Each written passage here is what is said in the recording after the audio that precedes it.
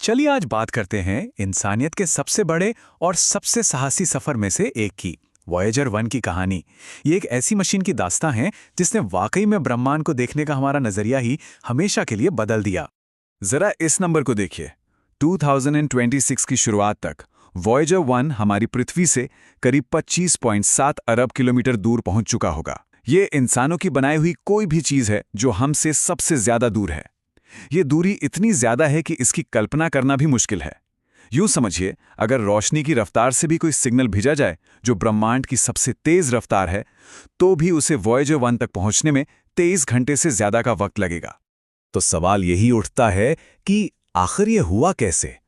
1970 के दशक के टेक्नोलॉजी से बनी एक मशीन तकरीबन आधी सदी बाद भी कैसे काम कर रही है और इतनी अविश्वसनीय दूरी तय कर चुकी है? चलिए आज इसी सवाल का जवाब ढूंढते हैं। तो चलिए इस असाधारण मिशन की कहानी को एकदम शुरू से जानते हैं। इसकी जड़ें 1960 के दशक के एक बहुत बड़े सपने में हैं, जिसे उस वक्त ग्रैंड टूर कहा गया था।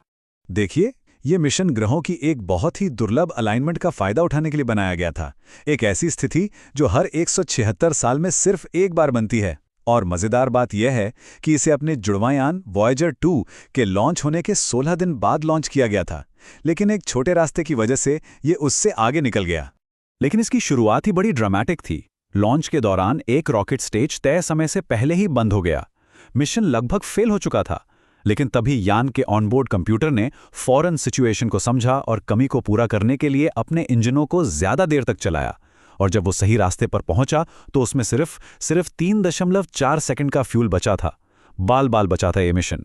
लॉन्च के उस बेहद नाजुक पल से बचकर वॉयेजर 1 अपने मिशन के सबसे रोमांचक पड़ाव की ओर बढ़ा, सौर मंडल के विशाल ग्रहों बृहस्पति और शनि से एक ऐतिहासिक मुलाकात करने। और इस यान ने हमें बिल्कुल निराश नहीं किया। बृहस्पति के पास पहुंचकर इसने उसके चांद आयु पर एक्टिव ज्वालामुखी खोज निकाले। पृथ्वी के बाहर ऐसा पहली बार देखा गया था। इससे हमें पता चला कि दूसरे ग्रहों के चांद भी भूवैज्ञानिक रूप से जिंदा हो सकते हैं। फिर शनि पर इसने उसके छल्लों की हैरान करने वाली जटिल संरचनाएं दिखाईं और वहां 1100 मील प्रति घंटे की रफ्तार से चलने वाली हवाओं को मापा। इन खोजों ने तो खगोल विज्ञान की किताबें ही दोबारा लिखवा दीं। शनि के पास मिशन एक बहुत ही अहम मोड़ पर आया। वैज्ञानिकों को टाइटन का अध्ययन करना था, जिसका घना वायुमंडल एक बड़ा रहस्य था। टाइटन के करीब से गुजरने के लिए जो रास्ता चुना गया, उसने वॉयेजर 1 को सौर मंडल के ग्रहों के प्लेन से हमेशा के लिए बाहर धकेल दिया। हमें टाइटन के बारे में बेशकीमती डेटा तो मिला, लेकिन इसके साथ ही वॉयेजर 1 का ग्रहों का दौरा हमेशा के लिए खत्म हो गया। ग्रहों को पीछे छोड़ने के बाद वॉयेजर 1 का असली सफर शुरू हुआ। सूरज के प्रभाव वाले इलाके से बाहर निकलकर तारों के बीच के विशाल खाली अंतरिक्ष में एक लंबी, बहुत लंबी यात्रा। लेकिन जाने से पहले 14 फरवरी 1990 को वॉयेजर 1 ने एक आखिरी और बहुत ही खास काम किया। इसने मुड़कर हमारे सौर मंडल की एक तस्वीर ली, जिसे फैमिली पोर्ट्रेट कहा जाता है। उसी तस्वीर में हमारी पृथ्वी एक छोटे से नीले बिंदु की तरह दिखती है, वही मशहूर पेल ब्लू डॉट। और इसके बाद एनर्जी बचाने के लिए इसके कैमरों को हमेशा के लिए बंद कर दिया गया।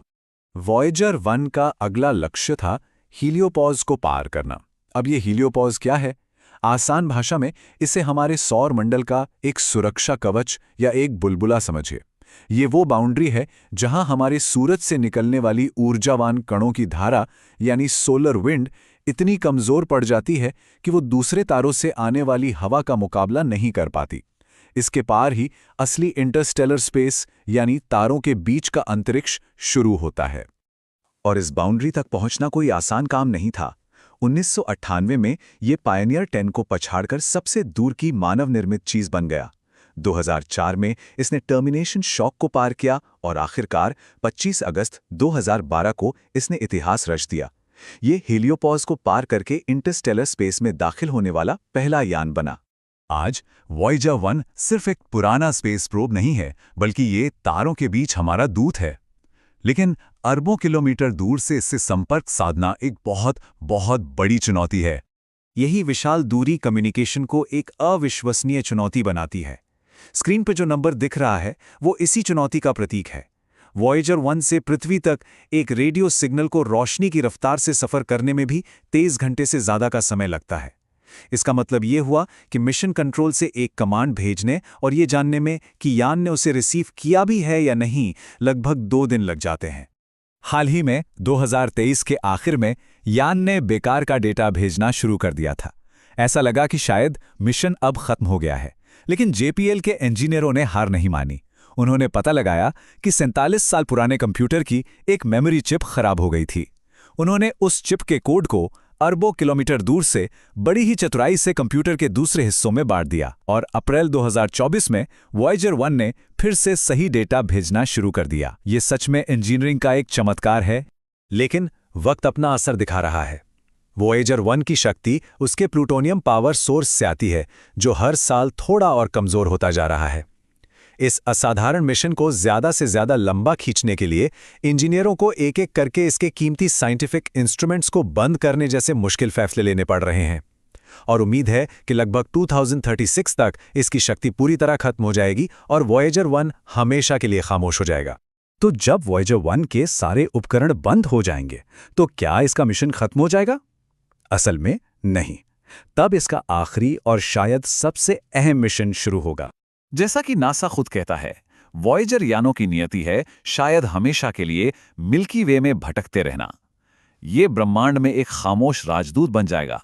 अपने साथ ये एक बहुत ही खास चीज़ ले जा रहा है, एक गोल्डन रिकॉर्ड।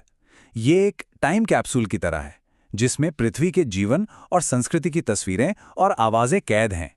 इसमें व्हेल की आवाज़ है, बारिश की बूंदें हैं, मोज़ार्ट और चक बेरी का संगीत है और 55 अलग-अलग भाषाओं में अभिवादन शामिल हैं। ये हम इंसानों की तरफ से ब्रह्मांड को भेजा गया एक संदेश है, इस उम्मीद में कि शायद अरबों साल बाद कोई और सभ्यता इसे पाए और जाने कि हम कौन थे। इसकी यात्रा धीमी और बहुत लंबी है।